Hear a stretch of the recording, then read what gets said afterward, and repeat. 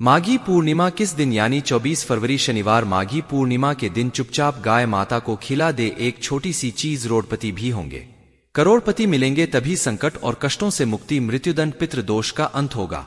पूरे साल आपके घर में भरे रहेंगे अन्न धन के भंडार। भगवान श्री हरि विष्णु जी और माता लक्ष्मी जी आशीर्वाद से आपकी 7 पुश्तें तक करेंगी रुपया पैसों पर राज। दोस्तों, 7 पीढ़ियों तक बैंक बैलेंस बढ़ता चला जाएगा। सभी दुख दर्द और संकट कष्ट दूर हो जाएंगे और समस्त सुख आपके पास आ जाएंगे। सुख आपके कदम चूमेगी यदि आप मात्र यह एक छोटी सी चीज 24 फरवरी यानी कि माघी पूर्णिमा के दिन चुपचाप गाय माता को खिला देते हैं। यकीन मानिए, जीवन से तत्काल गरीबी खत्म हो जाएगी। गरीबी दरिद्रता का नामोनिशान खत्म हो जाएगा और आपके जीवन में आपको अपार धन सुख संपत्ति की प्राप्ति होगी। 7 पीढ़ियों तक किसी भी चीज की कोई कमी आपको नहीं रहेगी। आपके जीवन से सभी दुखों का अंत हो जाएगा, क्योंकि बहुत ही दुर्लभ संयोग में है। इस बार जो साल की दूसरी पूर्णिमा है, माघी पूर्णिमा, यकीन मानिए गाय माता से जुड़े जो भी आप उपाय करेंगे, आपको 100% लाभ मिलेगा और उपायों से लाभ मिलेगा। भगवान विष्णु जी माता लक्ष्मी की कृपा से होगी और 33 कोटि देवताओं को धारण करने वाली गौ माता की कृपा भी आपके जीवन में सदैव बनी रहेगी। किसी तरह की कोई कमी नहीं रहेगी आपके जीवन में। दोस्तों, यदि आप चाहते हैं कि आपके जीवन में किसी तरह की कोई कमी ना हो, तभी दुख दर्द संकट कष्ट दूर हो जाए और गरीबी आपके जीवन में हमेशा के लिए दूर हो जाए और आपको अपार धन सुख संपत्ति की प्राप्ति हो, जीवन में सदैव आनंद ही आनंद हो, तो दोस्तों इस वीडियो को समय निकालकर पूरा देख लेना। यदि आज की यह वीडियो आपने पूरी देख ली तो आपके जीवन के सभी तरह के दुखों का अंत हो जाएगा। बहुत ही महत्वपूर्ण वीडियो है, लाभकारी वीडियो है। वीडियो को पूरा देखें यदि भगवान विष्णु जी माता लक्ष्मी की कृपा हासिल करना चाहते हैं। जी हां दोस्तों, वीडियो को आगे शुरू करें। सबसे पहले भगवान विष्णु जी और माता लक्ष्मी के सच्चे भक्त इस वीडियो को लाइक अवश्य कर दें और कमेंट बॉक्स में जय माता लक्ष्मी और जय श्री हरि विष्णु अवश्य लिखें, जिससे आपकी समस्त मनोकामनाएं विष्णु जी माता लक्ष्मी पूर्ण करें। दोस्तों, आपको बता दें, फरवरी के महीने में पड़ने वाली दूसरी पूर्णिमा को माघी पूर्णिमा कहते हैं। माघी पूर्णिमा मास के शुक्ल पक्ष पूर्णिमा तिथि को मनाई जाती है। पंचांग के अनुसार इस बार यह पूर्णिमा का पवित्र पावन पर्व 24 फरवरी शनिवार को पड़ रही है। शनिवार के दिन पूरे विधि विधान से भगवान विष्णु जी की उपासना की जाएगी। श्री हरि को प्रसन्न करने के लिए यह दिन बहुत ही खास और महत्वपूर्ण है। तो हमारे प्राचीन धर्म ग्रंथों में गाय को एक अत्यंत महत्वपूर्ण और पवित्र पशु समझा जाता है। शास्त्रों में गाय को माता कहा गया है और गाय का पूजन करते हैं। गौ माता के शरीर में 33 कोटि देवी देवताओं का निवास होता है। गाय एक अत्यंत पवित्र, निर्मल, शांत, निष्पाप है। रघुवेश में इसे संसार का पालन पोषण करने वाली कामधेनु माता कहा गया है। इसके दर्शन मात्र से मनुष्य के हजारों पाप नष्ट हो जाते हैं। इसीलिए कभी इस निष्पाप गौ माता पर अत्याचार नहीं करना चाहिए। गाय को कभी मारना नहीं चाहिए और कभी उन्हें कष्ट नहीं देना चाहिए। गाय को मारना शास्त्रों में सबसे बड़ा पाप समझा गया है। दोस्तों, भगवान श्री कृष्ण को गायों से विशेष लगाव था। उन्हें गौमाता बहुत अधिक प्रिय थी। श्री कृष्णा के गायों की सेवा करना ही सर्वश्रेष्ठ धर्म है। इससे बड़ा पुण्य कार्य संसार में दूसरा कोई पुण्य नहीं है। कलयुग की भविष्यवाणी करते हुए भगवान श्री कृष्ण कहते हैं कि कलयुग में जब धर्म का लोग हो जाएगा तब मनुष्य गाय की सेवा नहीं करेंगे। मनुष्य केवल दूध के लिए ही, गाय का दूध के लिए, वह गाय को बहुत कष्ट देगा, जिसके परिणाम स्वरूप कलयुग में पाप और ज्यादा हो जाएगा। जब संसार से गाय समाप्त हो जाएंगी तब कलयुग का अंत होगा। जो मनुष्य कलयुग में गाय की निस्वार्थ भाव से सेवा करेगा वह सुख समृद्धि हासिल करेगा। जो स्त्री रसोई में बनी पहली रोटी गौ माता को खिलाएगी वह सदा सुहागिन और सौभाग्यशाली रहेगी। जो लोग अपने घर में गाय से हासिल पंचगव्य को घर में रखिएगा उसके घर में कभी दुख दरिद्रता नहीं रहेंगे। दोस्तों, हमारे धर्म के सभी शास्त्रों में गाय की सेवा को ही सर्वश्रेष्ठ समझा गया।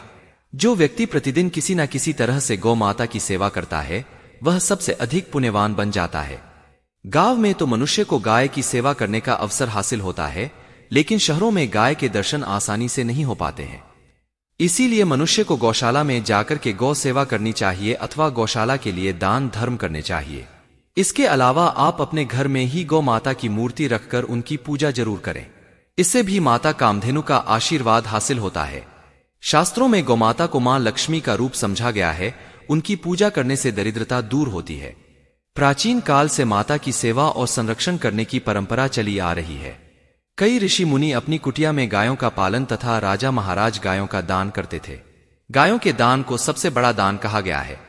गाय का दान करने से सभी जन्मों के पाप नष्ट हो जाते हैं और मनुष्य को मोक्ष की प्राप्ति होती है। आज हम आपको गौ माता के संबंध में बहुत ही महत्वपूर्ण बातें बताने जा रहे हैं। गाय की पूजा कैसे करनी चाहिए, गाय को कौन सी चीजें खिलाने से कौन सा फल मिलता, गाय के किस अंग को स्पर्श करने से दरिद्रता दूर होती है आदि के बारे हमारे शास्त्रों में बहुत ही महत्वपूर्ण ध्यान दिया गया है। हमारी अत्यंत पूजनीय गौमाता के बारे में आप सभी को यह बातें अवश्य जान लेनी चाहिए। इससे आपके जीवन से सभी तरह के कष्ट दूर होंगे। दोस्तों, कई बार महिलाएं जाने अनजाने में गाय को कुछ चीजें खिला देती हैं जिससे मां लक्ष्मी क्रोधित हो जाती है। शास्त्रों में कहा गया है कि यह चीजें गाय को कभी नहीं खिलानी चाहिए। इससे मनुष्य के जीवन में दुर्भाग्य आता है और उसे किसी भी कार्य में सफलता नहीं मिलती है। तो चलिए जान लेते हैं गौ माता के विषय में महत्वपूर्ण नियम। सबसे पहली बात है दोस्तों, गौ माता के दर्शन करना बहुत शुभ होता है। शास्त्र कहते हैं रोज सुबह गाय के दर्शन होने से पुण्य की प्राप्ति होती है और सुबह गोबर के दर्शन होने से लक्ष्मी की प्राप्ति होती है। अगर किसी महत्वपूर्ण कार्य के लिए जा रहे हैं और अचानक ही गौमाता आपके रास्ते में आ जाती है तो वह कार्य निश्चित ही सफल हो जाता है। किसी भी यात्रा पर निकलते समय अगर गौ माता के दर्शन हो जाए तो वह यात्रा सुखपूर्वक पूर्ण हो जाती है। इसमें संशय नहीं। ज्योतिष शास्त्र के अनुसार कुंडली में यदि पितृ दोष होता है तो अन्य उपायों के साथ साथ गौ माता को रोटी और घास खिलाने से लाभ होता है और पितृ दोष से मुक्ति मिलती है। इसी तरह कुंडली में यदि शनि की 7.5 या महादशा है तो हर शनिवार और अमावस्या को काली रंग की गाय को घास या रोटी खिलाएं और उसकी पूजा करें। इससे शनि दोष कम होता है। गौमूत्र यानी कि गाय का मूत्र बहुत ही उपयोगी, पवित्र और स्वास्थ्य की दृष्टि से अत्यंत हितकारी होता है। आध्यात्मिक दृष्टि से तो गौमूत्र का महत्व, वही साथ ही वैज्ञानिक और स्वास्थ्य की दृष्टि से भी गौमूत्र के बहुत से लाभ बताएं। गौमूत्र में बहुत से खनिज पदार्थ और स्वास्थ्य अध्यक्ष होते हैं जो हमारे शरीर की शुद्धि करते हैं और बहुत से रोगों से भी बचाता है। साथ ही गौमूत्र छिड़कने से वातावरण में शुद्धता और पवित्रता व्याप्त हो जाती है। इसीलिए हमारे शास्त्रों में शरीर को निरोगी रखने के लिए प्रतिदिन गौमूत्र का सेवन करने, घर में गौमूत्र छिड़कने के लिए कहा गया है। कुंडली में शुक्र ग्रह की स्थिति को मजबूत करने के लिए ज्योतिष शास्त्र के अनुसार सुबह के भोजन में सबसे पहली रोटी निकाल कर एक सफेद गाय को खिलाना शुभ समझा जाता है। अगर आपकी कुंडली में बुध ग्रह कमजोर है या आपको किसी कारण प्रभाव नहीं पड़ रहे हैं तो हर बुधवार के दिन गाय को हरा चारा खिलाना शुरू कर दें। इससे बोध से जुड़े दुष्प्रभाव दूर होंगे और आपको तमाम समस्याओं का हल मिल जाएगा। अगर कुंडली में मंगल दोष है जिसके कारण आपके जीवन में कई तरह की परेशानियां हैं तो लाल रंग की गाय की सेवा करें। मंगलवार के दिन गाय का पूजन करें और उसे गुड़ और चने आदि खिलाएं। बृहस्पति ग्रह को जीवन के सभी मांगलिक कार्यों का कारक समझा जाता है। ऐसे में अगर किसी व्यक्ति के जीवन में विवाह आदि मांगलिक कार्यों में विघ्न निर्माण हो रहे हैं तो उन लोगों को कुंडली में बृहस्पति ग्रह की स्थिति को मजबूत करने के लिए गौ को रोटी पर गुड़ और चने रखकर खिला देना चाहिए। इससे आपको शुभ परिणाम हासिल होते हैं।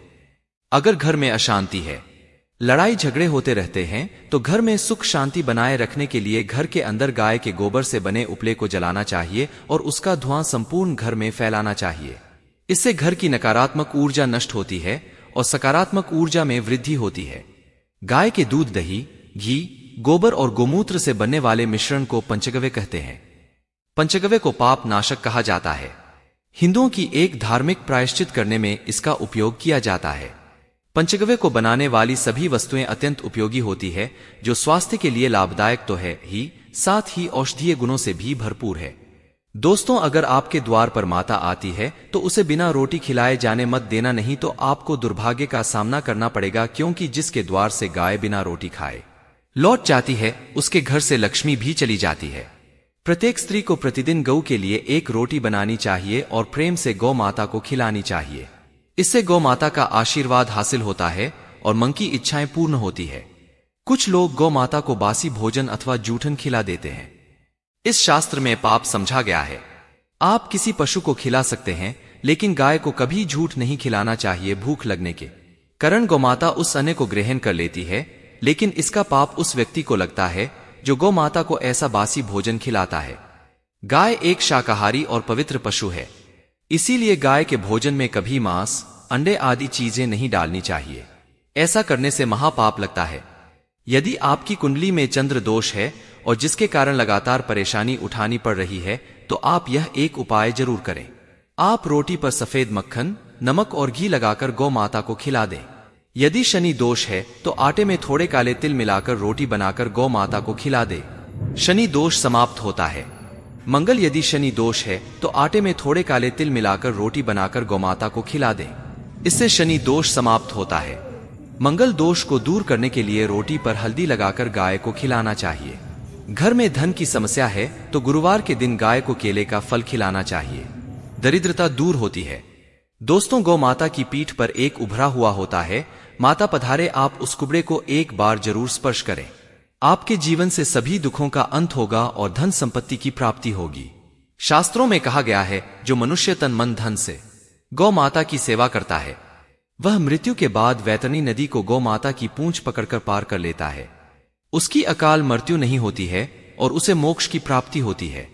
जिस व्यक्ति के भाग्य की रेखा सोई हुई है, अगर वह व्यक्ति अपनी हथेली पर गुड़ रखकर गौमाता की जेब से जताता है तो उसकी सोई हुई भाग्य रेखा खुल जाती है।